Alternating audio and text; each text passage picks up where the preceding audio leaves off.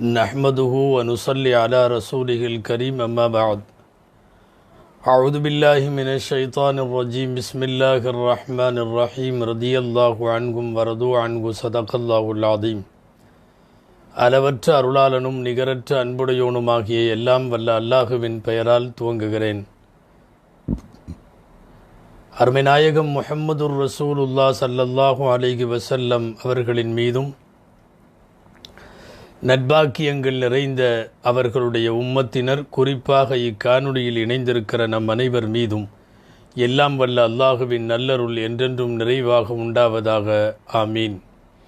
அல்லாஹுவின் பேரருளால் இஸ்லாத்தின் வேர்களும் விழுதுகளும் என்கிற வரலாற்றுத் தொடரினுடைய 78வது தொடரான இன்று வழுக்களில் ஓர் ஊன்றுகோல் சுராகா இப்னு மாலிக் ரதியல்லாஹு அன்ஹு என்று தலைப்பட்டிருக்கிறோம். பிரபலமான சஹாபி சுராகா ரதியல்லாஹு அன்ஹு அல் முத்லஜி என்கிற குடும்பத்தையும் கினானா என்கிற கோத்திரத்தையும் சார்ந்த சுராகா ரதியல்லாஹு அன்ஹு தாமதமாக இஸ்லாத்திற்கு வந்தாலும் இவர் பற்றி வரலாற்றில் பேசப்படுகிற சில முக்கிய செய்திகளுக்கு இவர் தலைப்பாக இருக்கிறார்கள். இவர்களுடைய குடும்பம் கோத்திரம் எல்லாமே காலடி தடங்களை வைத்து மனிதர்கள் போன பாதையை கண்டறியக்கூடிய, துப்பறியக்கூடிய, மனிதர்கள் போன திசையை வைத்து மோப்பம் பிடித்து கொண்டு அந்த இடத்தை அடையக்கூடிய அந்த துறை சார்ந்த ஆற்றல் இவர்களின் குடும்பத்தில், கோத்திரத்தில் எல்லாருக்கும் இருந்தது. மிகப்பெரிய சஹாபியாகிய இவர்களின் வம்சத் தொடர் பார்த்தோம் என்றால் முத்லிஜ், அதற்கு பிறகு கினானா, அதற்கு பிறகு முதர், அதற்கு பிறகு அத்னான் என்று இஸ்மாயில் அலைஹிஸ்ஸலாமினுடைய வழித்தோன்றல்களில் வருகிறது இவர்களின் கோத்திரம். இவர்களின் குடும்பத்தை பிடித்து கொண்டு தந்தையுடைய தந்தை என்று பிடித்து கொண்டே போனால் ஒரு சில தலைமுறைகளிலேயே இப்ராஹிம் அலிஹிஸ்ஸலாமின் மகன் இஸ்மாயில் அலிஹிஸ்ஸலாம் வந்து விடுவார்கள்.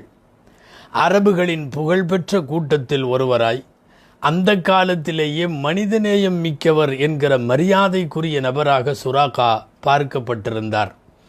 இவருடைய மனிதாபிமானம் ரொம்ப பிரபலமானது. எப்படி நபிகள் நாயகம் ஸல்லல்லாஹு அலைஹி வஸல்லம் நபித்துவ வாழ்க்கைக்கு முன்னாலேயே சில அறப்பணிகளை மேற்கொண்டார்களோ, அதுபோன்று சமூகம் சார்ந்த அறப்பணிகளையும் அக்கறையோடு சேவைகளையும் ஆற்றி வந்தார்கள். பசித்தவர்களுக்கு உணவளித்தல், பயந்து போய் வருபவர்களுக்கு அபயமளித்தல், அதுபோல் யாராவது அடைக்கலம் தேடி வந்தால் அவர்களுக்கு அடைக்கலம் அளித்தல், இதுவெல்லாம் இஸ்லாத்திலே சேருவதற்கு முன்னாலேயே சுராகா ரதியல்லாஹு அன்ஹு அவர்களிடம் இருந்தது. கூடுதலாய் ஒரு தனிச்சிறப்பு, இஸ்லாத்திற்கு வருவதற்கு முன்பும் இவர் அழகான கவிஞர், இஸ்லாத்திற்கு வந்ததற்கு பிறகும் மார்க்கத்தின் மாண்பை எடுத்துச் சொல்லுகிற அற்புதமான கவிஞர். கினானா என்கிற கோத்திரத்திற்கு இவர் தலைவர் என்கிற காரணத்தால் அரபுகளெல்லாம் இவருக்கு மரியாதை அதிகமாக செய்வார்கள். சுராகா இருக்கிற சபையில் அவரை கருத்து சொல்ல, அவரிடம் ஆலோசனை கேட்க, இப்படியெல்லாம் அரபுகள் இவர்களுக்கு மரியாதை செய்ததுண்டு.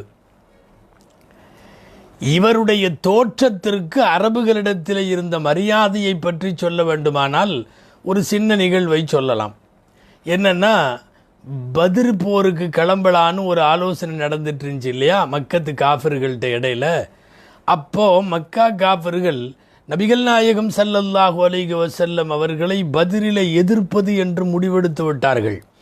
ஆனால் பத்ரிலே எதிர்க்கப் போவதற்கு முன்னால் அவர்களுக்கு ஒரு சின்ன பயம். என்னன்னா, ஏற்கனவே இந்த கினானா கோத்திரத்திற்கும் இவர்களுக்கும், மக்கா காஃபிர்களுக்கும் இடையில தகராறு இருக்கு.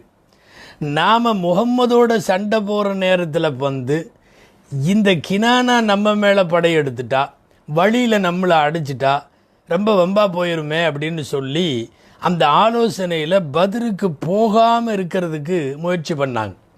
ஏன்னா கினானாவுக்கு இவங்களுக்கும் நீண்ட கால பகை. அவங்க எப்போன்னு சந்தர்ப்பம் பார்த்துட்டு இருக்காங்க. இவங்க ரசூல்கிட்ட படையெடுக்க போகிறப்ப பார்த்து ஊருக்குள்ளே பூந்து யாருமே இல்லாத மக்காவில் கினானா ஊரை துவம்சம் பண்ணிட்டா என்ன பண்ணுறது? ஊரில் உள்ள ஆம்பளைகள்லாம் கிளம்பி நம்ம பத்ருக்கு போயிருந்த நேரத்தில் அப்படி ஒரு அசம்பாவிதம் நடந்துடக்கூடாது. எனவே போருக்கு போகிறதுல சின்ன தயக்கம். எந்த அளவுக்குன்னா பெரும்பாலான பேர் இப்போ முகம்மது கூட மோத போக வேணாம், ஏன்னா கினானா சமயத்தில் வேலையை காட்டிடுவாங்க இப்படின்னு பயந்தப்போ ஷைத்தான் தான் இவர்களுக்கு போர் ஆலோசனை கொடுத்தவன், போருக்கு எல்லாரையும் கிளப்பியவன். மக்காவே காலியாகி பெருமானாரை எதிர்கொள்ள வைக்க வேண்டும் என்று பத்ர் போர்க்களத்தினுடைய பின்னணி திட்டம் ஷைத்தானுடையது. இப்போ இது போகிற போக்கு பார்த்தா இவங்க போருக்கே கிளம்பாமல் இருந்துருவாங்க போல தெரியுதுன்னு ஷைத்தான் ஒரு வேலையை செய்தான். என்ன தெரியுமா? சுராகாவின் வடிவத்திலே ஷைத்தான் வந்தான். தமஸ்ஸல பிஹிம் ஃபி சூரத்தி சுராகத் இப்னு மாலிக். ஏன்னா அந்த கினானா கோத்திரத்தினுடைய தலைமை, மிகப்பெரிய அதிகாரம், ஆளுமை இதெல்லாம் சுராக்காவுக்கு இருக்குது. சுராக்கா வந்து பேசுகிற மாதிரி ஒரு செட்டிங். சுராக்காவுடைய தோற்றத்தில் ஷைத்தான் வந்து விட்டான். உள்ளே புகுந்தவுடன் மக்காவாசிகள்கிட்ட சொன்னால், அனஜாருல்லக்கும் மின்னன் தத்திய கினானா மின் ஹல்திக்கும் பிஷையின் தக்கரகுனகு. நான் சுராக்கா கினானா கோத்திரத்தின் தலைவன், நான் சொல்கிறேன், நான் உங்களுக்கு பாதுகாப்பாக இருப்பேன், நீங்கள் தாராளமாக முகம்மது கூட போய் சண்டை போடுங்க. என்னுடைய கோத்திரமான கினானா நீங்கள் மனம் வெறுக்கும் எந்த காரியத்தையும் செய்ய மாட்டார்கள் என்று நான் உத்தரவாதம் தருகிறேன்னு ஒரு சொன்ன உடனே அத்தனை பேரும் போருக்கு தயார்னு அறிவிச்சிட்டாங்க. இப்போ என்னென்னா, மக்காவினுடைய காஃபிர்களை போருக்கு தயார்படுத்த வேண்டுமென்றால் கினானாவில் ஒரு மிகப்பெரிய ஆளுமை வந்து பேசினால்தான் சரியாகும் என்பதை ஷைத்தான் சூழ்ச்சிக்காரன் சரியாக புரிந்து வைத்தான். சுராக்காவுடைய வடிவத்திலே வந்தான். நமக்கு இங்கே வரலாற்றில் இந்த போகிற இந்த பயணத்திற்கிடையில் நமக்கு தெரிய வருவது சுராக்காவின் செல்வாக்கு. ஷைத்தான் கூட அவர் உருவம் எடுத்துத்தான் வரவேண்டி இருந்தது என்பது காலத்தின் கட்டாயம் மட்டுமல்ல, அவருடைய ஆளுமையின் அடையாளம். அப்படி ஒரு ஆற்றல் சுராக்காவுக்கு இருந்தது. அடுத்து சுராக்கா ரலியல்லாஹு அன்ஹுவை பற்றி பேச இன்னும் ஒரு சில விஷயங்களில் முக்கியமானது, நான் ஆரம்பத்தில் குறிப்பிட்டது போல் இவர் மட்டுமல்ல, இவர்களினுடைய கோத்திரத்தார் அத்தனை பேருக்கும் மோப்பம் பிடிக்கிற அந்த ஆற்றல் இருந்தது. யாராவது நடந்து போயிருந்தால் அந்த பாதச்சுவடுகளை வைத்து கொண்டே பயணப்பட்டு போய் அவர்களுடைய இலக்கை அடையும் ஆற்றல் அவர்களுக்கு இருந்தது. இதுவெல்லாம் பனு முத்லிஜ் என்கிற இவர்களுடைய குடும்பத்தாருக்கு உள்ளது. அவர்கள் இப்படிப்பட்ட மோப்ப சக்தி உடையவர்கள். எந்த அளவுக்குன்னா, மக்கா காஃபிர்கள் அவங்களில் ஒருத்தனை தான் கூட்டிகிட்டு போனாங்க. முகமது ஸல்லல்லாஹு அலைஹி வஸல்லம் அபூபக்கர் ரலியல்லாஹு அன்ஹு எங்கே போனாங்க, வா கூட்டிகிட்டு போகணும். அவன் கரெக்டாக வந்தான். எவ்வளவு துல்லியமாக மோப்ப சக்தி அவங்களுக்கு அந்த காலத்திலே இருந்திருக்கணும்னு பாருங்கள். மிகச்சரியாக கூட்டிகிட்டு வந்து கரெக்டாக சவுறு குகையில் நின்றுட்டானே. உள்ளே இருக்கிறாங்க ஸல்லல்லாஹு அலைஹி வஸல்லம், அபூபக்கர் ரலியல்லாஹு அன்ஹு எல்லாம் சிலந்தி விலை பின்னப்பட்டிருக்கிற அந்த இடத்துல வந்து நின்றுட்டாங்களே. நின்றுட்டு அவன் சொன்னான், அப்போதெல்லாம் காஃபிர், இஸ்லாத்தில் சேரல, அந்த கோத்திரத்தில் உள்ள ஒருத்தன், நான் வணங்குகிற லாத்து உஸ்ஸா தெய்வங்களின் மீது சத்தியமாக சொல்கிறேன், முகம்மது இந்த இடம் வரையும் தான் வந்திருக்கார், கண்டிப்பாக இங்கே தான் இருக்கிறார். அந்த இடத்துல நின்று கொண்டிருந்த உமையா சொன்னதாக பதிவாகி இருக்கிறது. உமையா, ஏப்பா இங்கே ஒரே ஒரு குகை இருக்குது, இதில் சிலந்தி கூடு போட்டிருக்குது, பறவைகள் முட்டை போட்டிருக்குது, நீ இதுக்குள்ளேயெல்லாம் இங்கேயெல்லாம் இருப்பாருங்கிற. நான் நினைக்கிறேன் முகம்மது பிறக்கிறதுக்கு முன்னாடியே இந்த கூடு கட்டியிருக்கணும். அப்படி இருக்குது பாலடைஞ்ச இடம்னு அவன் பேச்சை நம்பலை. ஆனால் அவனுக்கு அவன் தொழில் சார்ந்த பக்தி ரொம்ப அதிகம். அவன் எவ்வளோ தூரம் திரும்ப சொல்கிறான்னா, லாத்து உஸ்ஸா தெய்வங்கள் மீது சத்தியமாக முகம்மது இதுவரைக்கும் தான் வந்திருக்கிறார், இங்கே தான் இருக்க வேண்டும். ஒருவேளை அவர் இங்கே இல்லைன்னு நீ சொன்னேன்னா நீ முகம்மதாக இருக்கணும், இல்லை நான் முகம்மதாக இருக்கணும் என்று சொன்னான். நமக்கு ஆச்சரியமாக இருக்கிறது, ஒரு பாத அடிகளில் பயணப்பட்ட மனிதர்களின் மோப்ப சக்தியை கண்டுபிடிப்பதற்கு அக்காலத்திலேயே இருந்த அவர்களினுடைய மதிநுட்பம் அல்லது தொழில்நுட்பம். இன்றைக்கி மோப்ப நாயெல்லாம் கூட்டிகிட்டு இந்த கொலை செய்கிற ஆளுகளை கண்டுபிடிக்கிறதுக்கெல்லாம் கூட்டிகிட்டு வர்றாங்க. மோப்ப நாய் அதுகளை வச்சு கண்டுபிடிக்க முடியல. என்னென்னமோ மெட்டல் டிடெக்டர்லாம் வச்சு, துப்பறியும் கருவிகள்லாம் வச்சு கண்டுபிடிக்கிறாங்க, முடிய மாட்டேது. எத்தனையோ கிரைம் பிரான்ச்சு, சைபர் கிரைமு, என்னென்னமோ துப்பறியும் உளவறியும் புலனாய்வு செய்யக்கூடிய அமைப்புகள்லாம் வந்தும் கூட தோற்று போகிறார்கள். ஆனால் ஒரு சில தனி மனிதர்கள் கூட அன்றைக்கு ஒருவர் தப்பித்து போகிற போது அவரை அந்த பாத அடிகள் அவர் பயணப்பட்ட இடத்துல இருந்து கிளம்பி அவர் போன தூரம் வரைக்கும் துல்லியமாய் கணிக்க முடிகிறது என்றால் அப்போது இதுவெல்லாம் சுராகாவினுடைய குடும்பத்திற்கே உரித்தான விஷயம். இப்போ வாங்க, சுராகா ரலியல்லாஹு அன்ஹுடைய வாழ்க்கையில் மறக்க முடியாத மகத்தான மிகப்பெரிய ஒரே ஒரு செய்தி, அந்த செய்தியைத்தான் நாம் இப்போது பார்க்க போகிறோம். என்னன்னா, உங்களுக்கெல்லாம் தெரியும், ஸல்லல்லாஹு அலைஹி வஸல்லத்தை கொலை செய்யணுங்கிற முடிவோட வீட்டை சுற்றி எல்லாம் நின்ட்டாங்க. காஃபிர்களெல்லாம் வாழேந்தி கொண்டு நிற்கிறார்கள். நபிகள் பெருமானார் வெளியிலே வந்தால் கொன்று விடலாம். அல்லாஹ் பாதுகாத்தான். எல்லோருடைய கண்ணிலும் மண்ணை தூவிவிட்டு அவர்களின் கண்களுக்கெல்லாம் இறைவன் திடீரென்று மூடிக்கொள்ளுகிற ஒரு முசீபத்தை கொடுத்தான். அத்தனை பேர் கண்களும் மூடிவிட்டது. நாயகம் ஸல்லல்லாஹு அலைஹி வஸல்லம் வெளியிலே வாளேந்தி நிற்கக்கூடிய வீரர்களுக்கு இடையிலே அவர்களை இடித்து கொண்டே போகிறார்கள். முஹம்மது ஸல்லல்லாஹு அலைஹி வஸல்லம் போவதவர்களுக்கு தெரியவில்லை. வீட்டிற்குள்ளே அலி ரலியல்லாஹு அன்ஹுவை படுக்க வைத்துவிட்டு நாயகம் பயணப்பட்டார்கள் என்று நாம் கேள்விப்படுகிறோம். காலை விடுகிற போது அவர்கள் பார்க்கிறார்கள், வீட்டிற்குள் அலி ரலியல்லாஹு அன்ஹு. தேடினார்கள் முகம்மதுவை, ஊர் முழுக்க தேடினார்கள், தெரு முழுக்க தேடினார்கள், சந்து பொந்துகளில் தேடினார்கள், குகைகளில் தேடினார்கள், எங்கும் இல்லை. இப்போ பயணப்பட்டு போய்விட்டார்கள் ஸல்லல்லாஹு அலைஹி வஸல்லம். ரசூலுல்லாஹ் கூட போனது யார்? 1 ஸல்லல்லாஹு அலைஹி வஸல்லம், 2 அபூபக்கர் ரலியல்லாஹு அன்ஹு, 3வது அபூபக்கர் ரலியல்லாஹு அன்ஹுடைய அடிமையாக இருந்த ஆமிர் பின் ஃபுஹைரா, 4வது ஒரு மாற்றுப்பாதையில் மதீனா வரை வழிகாட்டுவதற்கு அப்துல்லாஹ் பின் உரைகித் என்கிற ஒரு தடம் தெரிந்த ஒருவர். அவர் அப்போதைக்கு முஸ்லிம் அல்ல, காஃபிர். ஆனால் நாணயமானவர். செய்யும் தொழிலுக்கு ஊதியம் வாங்கிவிட்டால் யாரிடத்திலும் காட்டி கொடுக்காமல் கொண்டு போய் அந்த தொழில் நேர்மையோடு மதீனாவில் ஒப்படைப்பவர். மதீனாவிற்கு முக்கிய பாதையிலே போனால் எதிரிகள் வந்து பிடித்துவிடக்கூடும் என்பதால் மலைப்பாங்கான இடுக்கு முடுக்குகளின் வழியாக, மேடு பள்ளங்களின் வழியாக மதீனாவுக்கு போகும் ஒரு மாற்றுப்பாதை அப்துல்லாஹ் பின் உரைகித்துக்கு தெரியும். எனவே அப்துல்லாஹ் பின் உரைகித் என்கிற வழிகாட்டி அபூபக்கர் ரலியல்லாஹு அன்ஹுடைய அடிமை ஆமிர் பின் ஃபுஹைரா, அபூபக்கர் ரலியல்லாஹு அன்ஹு, அருமைநாயகம் ஸல்லல்லாஹு அலைஹி வஸல்லம் 4 பேரும் பயணப்பட்டு போய்விட்டார்கள். சல்லடையாய் தேடினாலும் மக்காவிலே கிடைக்கவில்லை. கடுங்கோபமான அபூஜஹல் ஒரு வேலை செய்தான். தெரியும், உற்ற தோழர் அபூபக்கர் ரலியல்லாஹு அன்ஹு தானே. நேராக அந்த வீட்டிற்கு போனான், கதவை தட்டினான். திறந்தது அபூபக்கர் ரலியல்லாஹு அன்ஹுடைய மூத்த மகள் அஸ்மா ரலியல்லாஹு அன்ஹா. ஆயிஷா ரலியல்லாஹு அன்ஹாவுக்கு 10 வயது மூத்த சகோதரி. பருவப்பெண்ணாய் வீட்டிலிருந்த அஸ்மா ரலியல்லாஹு அன்ஹா கதவை திறக்கிறார்கள். எங்கே முஹம்மத், எங்கே உனது தந்தை என்றெல்லாம் அபூஜஹல் சரமாரியாய் கேள்வி கேட்க உண்மையை சொன்னார். என்ன வார்த்தையில்? வல்லாஹி லா அதிரி ஹுவல் ஆன். இப்போ அவங்க எங்கே இருக்காங்கன்னு அல்லாஹ் மேலே சத்தியமாக எனக்கு தெரியாது. இப்போ எங்கே இருக்காங்கன்னு தெரியாது. சரியான வார்த்தை வந்த வேகத்தில் பெண்ணென்றும் வாராமல், பருவ பெண்ணென்றும் வாராமல், அடுத்த கோத்திரத்தின் பெண்ணை கை வைக்கிறோம் என்றும் பாராமல் ஓங்கி ஒரு அறை விடுகிறான் அபூஜஹல். அறிவிப்புகளில் வருகிறது, அஸ்மா ரலியல்லாஹு அன்ஹா காதிலே அணிந்திருந்த தோடு தெரித்து விழுந்தது. அது கம்மல் சொல்கிறோமல்ல, தோடு.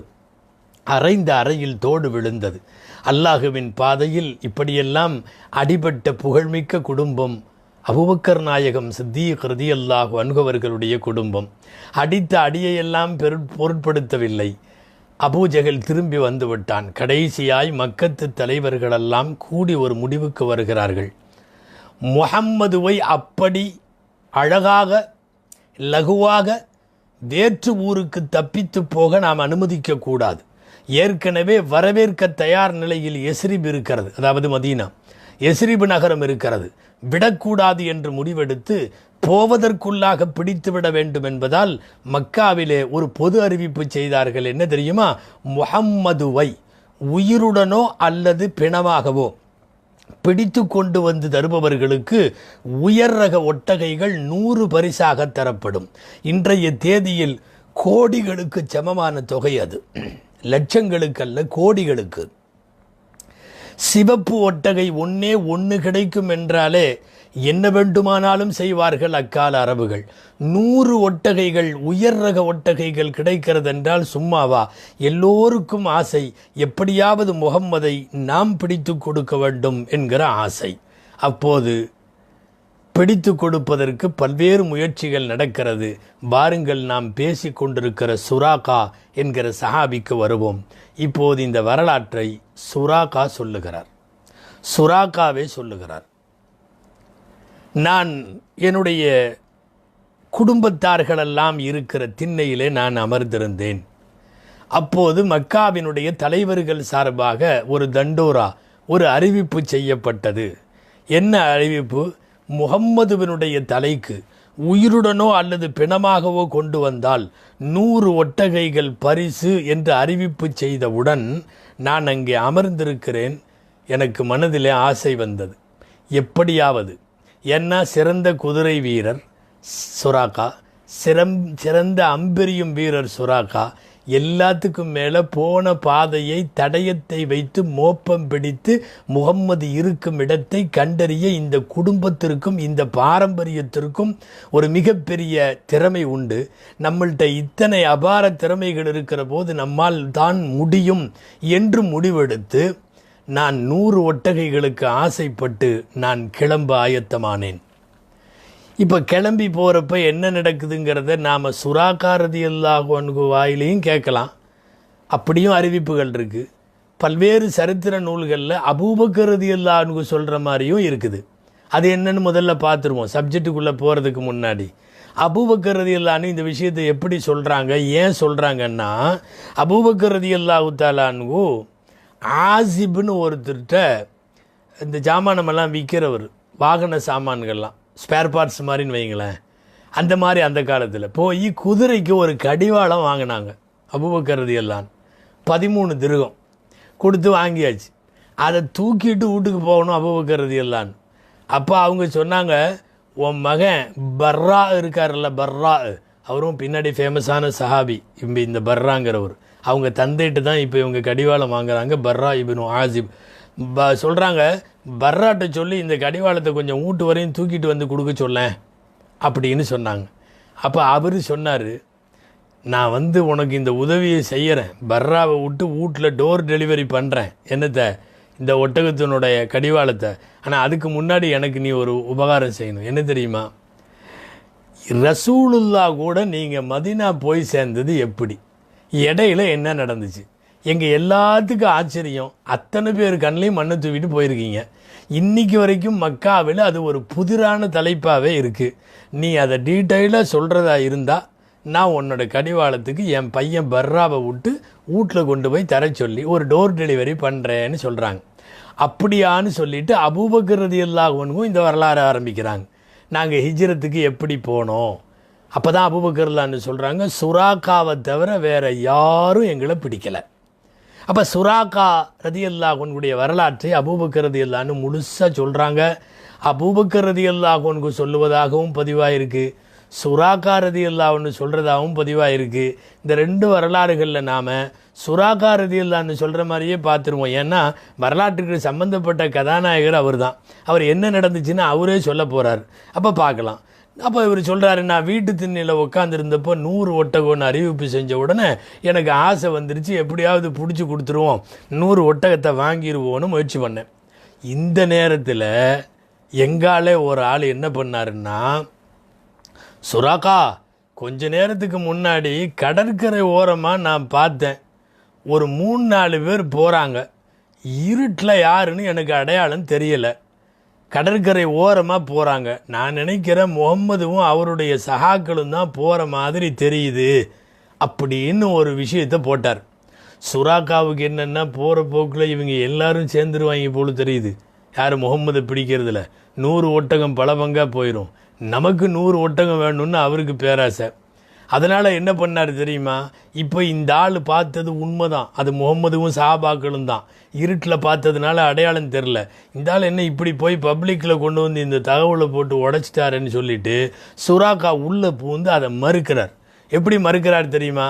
ஏய், நீ பார்த்தது முகம்மது அவங்க சஹாபாக்கள்லாம் இல்லை, இப்போ கொஞ்ச நேரத்துக்கு முன்னாடி ஒட்டகத்தை தேடிட்டு ஒரு 3-4 பேர் போனாங்க, ஒட்டகம் காணாமல் போச்சுன்னு. அவங்கள தான் பார்த்துருப்ப, அவங்கள நாங்களும் தான் பார்த்தோம். இங்கே எங்களை கடந்து தான் போனாங்க. நீ பார்த்தது முகமதுவும் இல்லை, அவங்க சாபாக்களும் இல்லை. நீ பார்த்தது ஒட்டகத்தை தேடிட்டு போகிற ஒரு வழிபோக்கு கூட்டங்கிற மாதிரி சொல்லி அவரை ஆஃப் பண்ணியாச்சு. அவர் அதுக்கு மேலே போனது முகமதுன்னோ அது சம்மந்தப்பட்ட விசாரணைகளோ அதோ இதோ எல்லாம் பேசலை, அவர் ஆஃப் ஆகிட்டார். இவர் மெதுவாக கொஞ்ச நேரம் அங்கே உட்கார்ற மாதிரி உட்காந்து போட்டு மெதுவாக பின்னாடி வீட்டில் இருக்கிற தன்னுடைய வேலை செய்யக்கூடிய பெண்ணிட்ட டப்புன்னு என்னுடைய குதிரையை ரெடி பண்ணு அப்படின்னு சொல்லி பிரயாணத்துக்கு தேவையானதை ரெடி பண்ணு அப்படின்னாரு. ஒட்டகத்தில் அந்த குதிரையில் வைக்க வேண்டிய ஜாமானம் அது இது எல்லாம் வச்சாச்சு. மறக்காமல் அம்பை எடுத்து சொருகியாச்சு. தன்னுடைய ஆயுதத்தை வாழை எடுத்தாச்சு. பக்காவாக தயாராகிருச்சு. அது குதிரை. சுராக்காவினுடைய குதிரை ரொம்ப ஃபேமஸ். நன்கு பாய்ந்தோடும் குதிரை, ஆற்றல் பெற்ற குதிரை, போர்க்களத்தினுடைய குதிரை, விலை உயர்ந்த குதிரை. குதிரை வளர்ப்பிலும் அதை நல்ல தினவாக வளர்ப்பதிலும் தனி அக்கறை காட்டியவர் சுராக்கா என்று வருகிறது. மெதுவாக வந்தவர் கிளம்பினார், வண்டியை எடுத்துட்டு குதிரை எடுத்துட்டு. கரெக்டாக அவர் சொன்ன கடற்கரையோரை நின்னார். அங்கிருந்து மோப்பம் பிடிக்க ஆரம்பித்தார். மிகச்சரியாக ஸல்லல்லாஹு அலைஹி வஸல்லம் அவர்களையும் அபூபக்கர் ரதியல்லாஹு அன்ஹு, ஆமிர் பின் ஃபுஹைரா ரதியல்லாஹு அன்ஹு எல்லாத்தையும் போய் பிடிச்சாச்சு. கொஞ்ச தூரத்தில், கண்ணு கெட்டிய தூரத்தில் சுராக்கா வருகிறார். வழக்கத்துக்கு மாத்தமாக சுராக்காவுடைய ஒட்டகம் குதிரை சரியாக போக மாட்டேங்குது. கால் பின்னுது, கால் நொண்டுது, எடருது. சுராக்காவுக்கு ஆச்சரியம், என்னமோ நடக்குது. இவருடைய குதிரை அவருக்கு தெரியும் இல்லையா, எப்படி செலுத்தினா எப்படி போகும்னு. ஒன்றுமே முடிய மாட்டேங்குது. பக்கத்துக்கு போகிறப்போ அடிக்கடி அபூபக்கர் ரலியல்லாஹு திரும்பி பார்த்துருக்காங்க.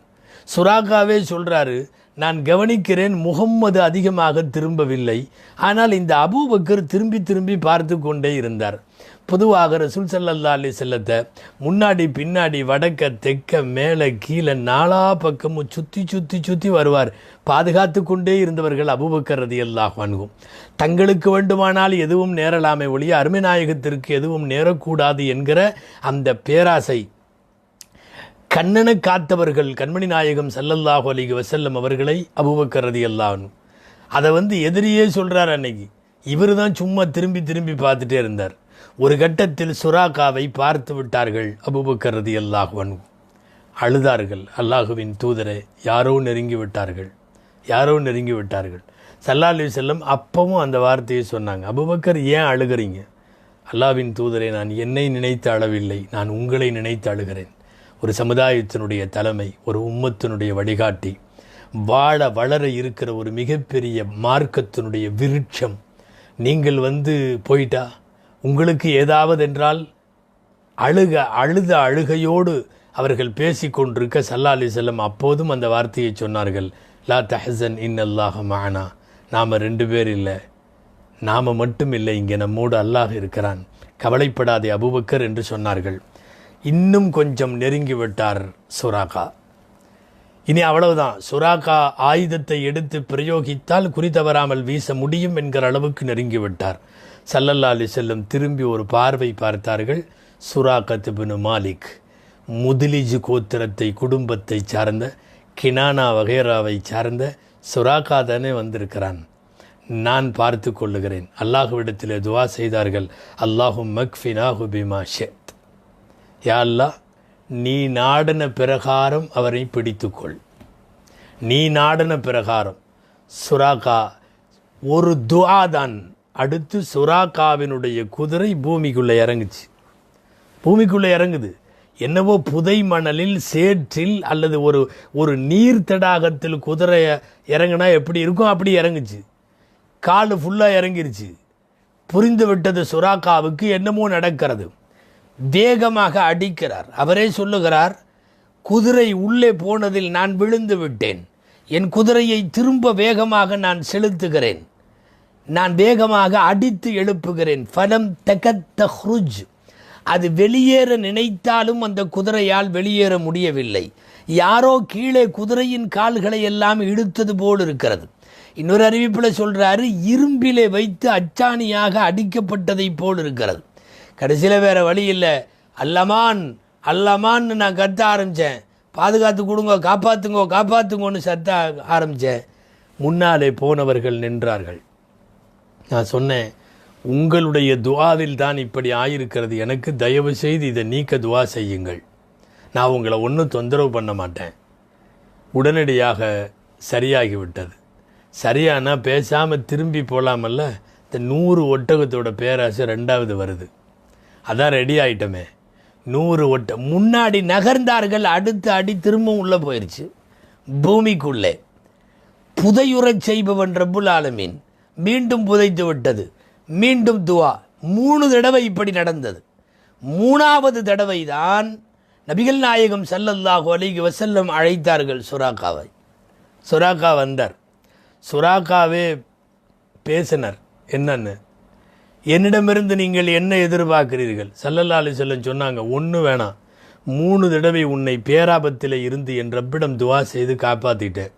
ஒன்றும் இல்லை, நீ தேடிக்கொண்டிருக்கிற மக்கள்கிட்ட இந்த பக்கம் நாங்கள் இல்லைன்னு சொல்லு, அது போதும். அஹ்ஃபி அண்ணா, எங்களை விட்டு மறைச்சிரு, எல்லாத்துட்டையும் அந்த தகவலை சொல்லிடு. ஏன்னா கண்டிப்பாக நீ திரும்ப போகிற போது உன்னிடத்தில் கேட்பார்கள்.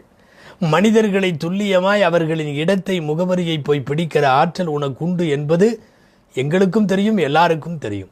நீ உன் வேலை அவங்களையெல்லாம் டைவர்ட் பண்ணணும், வேறு பக்கமாக அவங்கள திருப்பணும். அப்பவும் கொஞ்சம் நப்பாச மெதுவாக சுராக்கா கேட்குறார், சரி நான் அப்படி பண்ணிட்டா எனக்கு என்ன தருவீங்க? 100 ஒட்டகம் போயிடுச்சு, அது கிடைக்க போகிறதில்ல, வேறு ஏதாவது பண்ணலாமே, கிடைச்ச வரையில் ஆகும், என்ன பண்ணுவீங்க? ஸல்லல்லாஹு அலைஹி வஸல்லம் ஒரு வார்த்தை சொன்னார்கள், என்ன வேணும்? ஒன்றும் இல்லை, நீங்கள் நாளைக்கு வருங்காலத்தில் நல்லா வரும்போது கண்டிப்பாக நீங்கள் வருவீங்கன்னு எனக்கு தெரியும். இஸ்லாத்தில் சேர்ந்துட்டு போக வேண்டியதானே இவ்வளோ பேசுகிறவர், சேரலை. சொல்கிறாரு, வருங்காலத்தில் உங்களினுடைய மிகப்பெரிய ஆட்சியும் அதிகாரமும் மிகைக்கிற போது எனக்கு பாதுகாப்புக்கு ஒரு உத்தரவாதம் எழுதி கொடுங்க. ஸல்லல்லாஹு அலைஹி வஸல்லம் டக்குன்னு அபூபக்கர் ரலியல்லாஹுடைய பணியால் வந்தார் இல்லையா, ஆமிர் பின் ஃபுகைரா, எப்பா எழுதுப்பா, எழுதி கொடுப்பா, ஒரு பாதுகாப்பு சான்று எழுதி கொடு அப்படின்னு சொல்லிட்டாங்க. ஒரு தோலை விரித்து அந்த தோளில் ஆமிர் பின் ஃபுகைரா எழுதி கொடுத்தார்.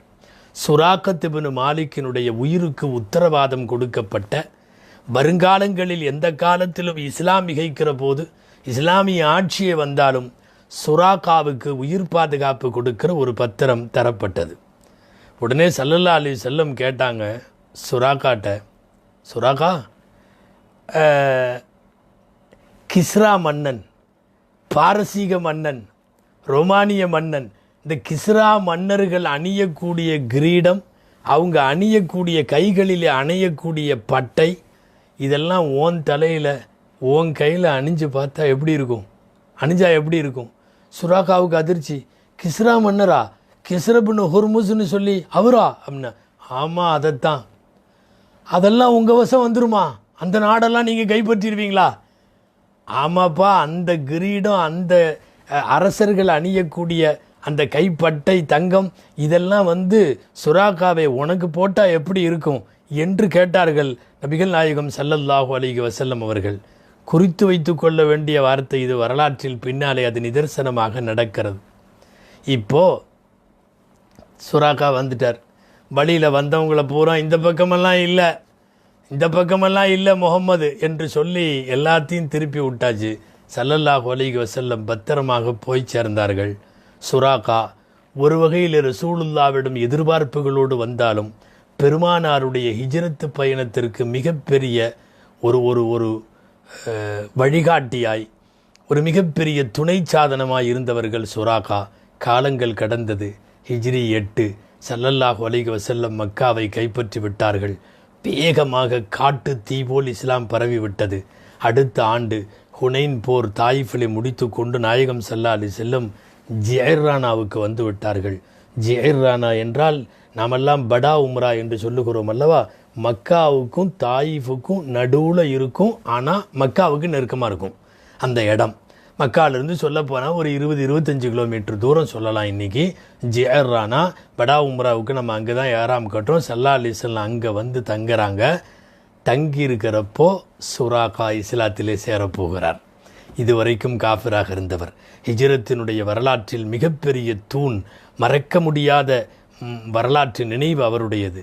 வேகமாக போகிறார் ரசூல்லாட்ட இஸ்லாத்தில் சேருக்கு. எக்கச்சக்கமான கூட்டம். சுராக்காவை பார்த்த உடனே அன்சாரிகள்லாம் வந்துட்டாங்க வாழை தூக்கிட்டு. எல்லாத்து கையிலையும் வாள், எல்லாம் குதிரையோட. எங்கே வந்த சுராக்கா கையில் உயர்த்தி பிடிச்சிருக்கார் அந்த லெட்டரை. எந்த லெட்ரு? ஹிஜ்ரத்தினுடைய வழியில் நாயகம் எழுதி கொடுத்த அந்த பாதுகாப்பு கடிதம். நான் ரசூலுல்லாவை பார்க்க போகிறேன். எல்லாத்துக்கும் சந்தேகம். ஏன்னா இவர் காஃபிரு, சரியில்லாத ஆள், போவோன்னு சொல்லி எல்லாம் பின்னால் வர்றாங்க. இலைக்க சுராக்கா சத்தம் போட்டுட்டே வர்றாங்க. மாதா துரிதியா சுராக்கா. ரசூலுல்லா பார்வையில் படுற வரை நான் ஓடிட்டே இருந்தேன். எல்லாரும் என்னை துரத்துறாங்க. பார்த்த உடனே நான் ரசூலுல்லாட்ட இதை தூக்கி கத்தனை. என்னான்னு, யார் ரசூலல்லா ஹதா கிதாபுக்கு வான சுராக்கத் இப்னு மாலிக். அல்லாவின் தூதரே, இது நீங்கள் எழுதி கொடுத்த லெட்டர், நீங்கள் எழுதி கொடுத்த கடிதம். நான் தான் சுராக்கத் இப்னு மாலிக் வந்திருக்கேன். ஸல்லல்லாஹு சொன்னாங்க, ஹதா யௌமு பிர்ரிம் வ வஃபா. இது வாக்குறுதியை நிறைவேற்றுகிற நாள். அது நீ அவரை எனக்கு நெருக்கமாக விடுங்கப்பா என்று சொன்னார்கள். எல்லா அம்பு ஈட்டியெல்லாம் கீழே போட்டுட்டு வித்தியாசமாக பார்க்குறாங்க. சுராக்காவை நாயகம் பக்கத்தில் கூப்பிட்டார்கள். ஃபத்தனௌது ஃபஅஸ்லம்து. சுராக்கா சொல்கிறார், நான் பெருமானாருக்கு பக்கத்தில் போய் ஷஹாதத்து களிமா சொல்லி நான் இஸ்லாத்தில் சேர்ந்து விட்டேன். அருவிநாயகம் ஸல்லல்லாஹு அலைஹி வஸல்லம் வஃபாத் ஆகிற வரை மிகப்பெரிய வாக்கு மாறாத அற்புதமான ஈமான்தாரியாக இஸ்லாமிய சொந்தமாக நபி ஸல்லல்லாஹு அலைஹி வஸல்லம் அவர்களோடு இருந்து பயணப்பட்ட இந்த உகாஷா ரதியல்லாஹு அன்ஹு அல்லாஹ் ஆயுள் கொடுத்தான். அபூபக்கர் ரதியல்லாஹு அன்ஹு காலம், உமர் ரதியல்லாஹு அன்ஹு காலம், உஸ்மான் ரதியல்லாஹு அன்ஹு காலம் வரை ஹயாத்தோடு இருந்தார்கள். இடையில என்ன நடந்தது தெரியுமா? உமர் ரதியல்லாஹு அன்ஹு காலத்தில் காதிசியா என்ற மிகப்பெரிய போர் நடந்து சஅத் இப்னு அபீ வக்காஸ் ரதியல்லாஹு அன்ஹு தலைமையில் கிஸ்ரா கைப்பற்றப்பட்டு அந்த நாட்டினுடைய அரசனின் அத்தனை அணிகலன்களும் களையப்பட்டு கொண்டு உமர் ரதியல்லாஹு அன்ஹு வச்சுட்டாங்க. என்னத்தை? கிஸ்ரா அணிந்த கிரீடம், கிஸ்ரா அணிந்த கைப்பட்டை, கிஸ்ரா அணிந்த கவசம் எல்லாம் கொண்டு வச்சாச்சு. அரச உடை அது. உமர் ரதியல்லாஹு அன்ஹு முன்னாடி கொண்டு சஅத் இப்னு அபீ வக்காஸ் ரலியல்லாஹு அன்ஹு வச்ச உடனே முதல் வார்த்தை, கூப்பிடுங்க அந்த சுராக்காவை என்று சொன்னார்கள். உமர் ரதியல்லாஹு அன்ஹு எங்கிருந்தோ கூட்டிகிட்டு வந்தாங்க சுராக்காவை. சுராக்கா நின்னார். இங்கே வா, கிஸ்ராவினுடைய அரசர் அணிந்த கிரீடம் உன் தலையில், அவர் அணிந்த கைப்பட்டை, அவர் அணிந்த கவசம் எல்லாத்தையும் போட்டுட்டு எப்படி இருக்கிறது என்று சொன்னார்கள். ஹதரத் உமர் ரதியல்லாஹு தஆலா அன்ஹு விடலை. நாயகத்தின் வாக்குறுதி நம்ம நல்லா கவனிக்கணும். ஹிஜ்ரத்துக்கு போகிறப்போ, உயிர் அபயம் தேடி போகிறப்போ விரல் விட்டு வெண்ணுகிற ஒரு சில 100 முஸ்லிம்கள் மட்டுமே இருந்த காலத்தில் கிஸ்ராவின் தலை கிரீடம் சுராக்காவுக்கு வரும் என்று அறிவித்த பெருமானாரின் முன்னறிவிப்பை என்னவென்று சொல்ல, அப்படியே தீர்ச்சன்னியமாய் அது நடந்து முடிகிறது. உமர் ரலியல்லாஹு அன்ஹு பக்கத்தில் இருக்கிறவங்களுக்கு உத்தரவு போட்டாங்க, சுராக்காவுக்கு இந்த அணிகளன் அரச ட்ரெஸ்ஸை பூரா போட்டு மதீனாவை ஒரு ரவுண்ட் அடிச்சுட்டு வாங்கப்பா என்று சொன்னார்கள். மதீனாவை ரவுண்ட் அடிக்கிறதுக்காக அவர் எல்லாத்தையும் தூக்கி வச்சுட்டு உட்காந்தப்போ உமர்லான்னு சொன்னாங்க, சத்தமாக சொல்லு, அல்லாஹு அக்பர்னு சொல்லு, அல்லாஹு அக்பர்னாங்க. அப்போ சொல்லி கொடுத்தாங்க உமர் ரலியல்லாஹு அன்ஹு, இப்படி சொல்லு, என்ன தெரியுமா? அல்ஹம்துலில்லாஹி அல்லதி ஸலபகுமா கிஸ்ரா இப்னு ஹுர்முஸ் அல்லதி யகூலு அன ரப்புன் நாஸ். தன்னை இறைவன் என்று சொல்லிக் கொண்டிருந்த கிஸ்ராவின் தலையின் கிரீடத்தை கழற்றிய அல்லாவுக்கே எல்லா புகழும். அப்படி கழற்றிய கிஸ்ராவின் கிரீடத்தை கொண்டு ஒரு காட்டரபியான எனது தலைக்கு அணிவித்த அல்லாவுக்கே எல்லா புகழும் அப்படின்னு சொல்லு. ஒரு காட்டரபியாய், ஒரு கிராமவாசியாய், ஒரு குடும்பத்தினுடைய ஒன்றும் அதிக பிரபலம் இல்லாத ஒரு நபரின் தலைக்கு வந்திருக்கிறது கிஸ்ராவினுடைய இது, அல்லாஹுவுக்கே எல்லா புகழும். சஹீஹுல் புகாரி தனியாக ஒரு பாடம் போட்டு பாபு அலாமாத்தின் நுபுவத்தினுடைய முன்னறிவிப்புகள், நுபுவத்தினுடைய அடையாளங்கள் என்கிற பாடத்தில் நாயகம் சுராக்காவை குறித்து, இந்த கிரீடத்தை குறித்து முன்னறிவிப்பு செய்ததை பதிவு செய்திருக்கிறார்கள் இமாம் புகாரி ரலியல்லாஹு அன்ஹு. அப்போ வரலாறு முழுக்க சுராக்கா இப்படி பல்வேறு முக்கிய நிகழ்ச்சிகளுக்காக திரும்ப திரும்ப பேசப்படுகிறார். ஒரு அறிவிப்பின்படி உஸ்மான் ரலியல்லாஹு அன்ஹு காலத்தின் கடைசியில் அல்லது இன்னொரு அறிவிப்பின்படி உஸ்மான் ரலியல்லாஹு அன்ஹு இறந்த பின்னால் ஹிஜ்ரி 24 அவர்கள் சுராகா ரதியல்லாஹு தாலா அன்ஹு வஃபாத்தானார்கள். எல்லாம் வல்ல அல்லாஹு ஜல்ல ஷானகு தாலா அருமை நாயகத்தினுடைய ஹிஜ்ரத்து பயணத்தில் ஒரு மிகப்பெரிய மைல்கல்லாய் பெருமானாரின் பாதுகாவலராய் இருந்து பணியாற்றிய அந்த சுராகா ரதியல்லாஹு அன்ஹுவுக்கு மறுமையின் உயர் பதவிகளையும் ஜன்னத்துல் ஃபிர்தௌஸையும் அல்லாஹ் வழங்குவானாக. ஆமீன். வஆகிர் தஅவானா அனில் ஹம்துலில்லாஹி ரப்பில் ஆலமீன். அஸ்ஸலாமு அலைக்கும் வரஹ்மத்துல்லாஹி வபரகாத்துஹு.